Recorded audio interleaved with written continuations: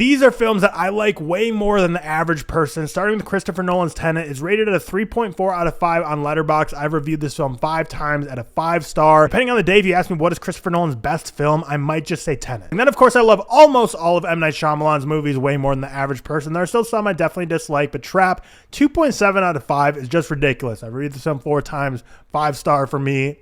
2.7, what are we doing? Whereas The Happening is a 2.1 out of 5 star, and I rate this a 4.5 star. It improved a lot for me on rewatch and as I grew with age. This one, though, I can understand why people would dislike it, whereas Trap, the 2.7 is a lot more head scratching to me. Old is a really fun movie. I rated a 4 star versus a 2.4. Glass is awesome. I give it a 4.5 versus a 2.9. My favorite M. Night Shyamalan movie is The Village. I give this a 5 star versus a 3.3. Late stage Francis Ford Coppola movies are very divisive as well. Megalopolis from last year, obviously being a very controversial, divisive movie, at a 2.3 out of 5. I give it a 4 star. I think it's one of the most beautiful, visually looking movies we've ever seen. But one of my favorite all-time Francis Ford Coppola movies is Twix, which I give a 4.5 out of 5, which is rated on an average of 2.7 out of 5. Rest in peace, Val Kilmer. Death Note is a film that is overflowing with sauce. A movie cannot look this great visually and still be a 1.5 out of 5. I give it 3.5. Eurovision, The Story of Fire Saga, is one of my favorite comfort movies of all time. I've reviewed it 5 times for 4.5 versus a 2.8 average rating. I find Rob Zombie's The Munsters to be an incredibly earnest and heartwarming adaptation that to me is just way better than the 2.4 out of 5 average rating. I give it a 4 star. And lastly, but not as egregious, I give Game Night a 5 star versus a 3.5 average rating. And I think this should be in the discussion of the greatest comedy ever made.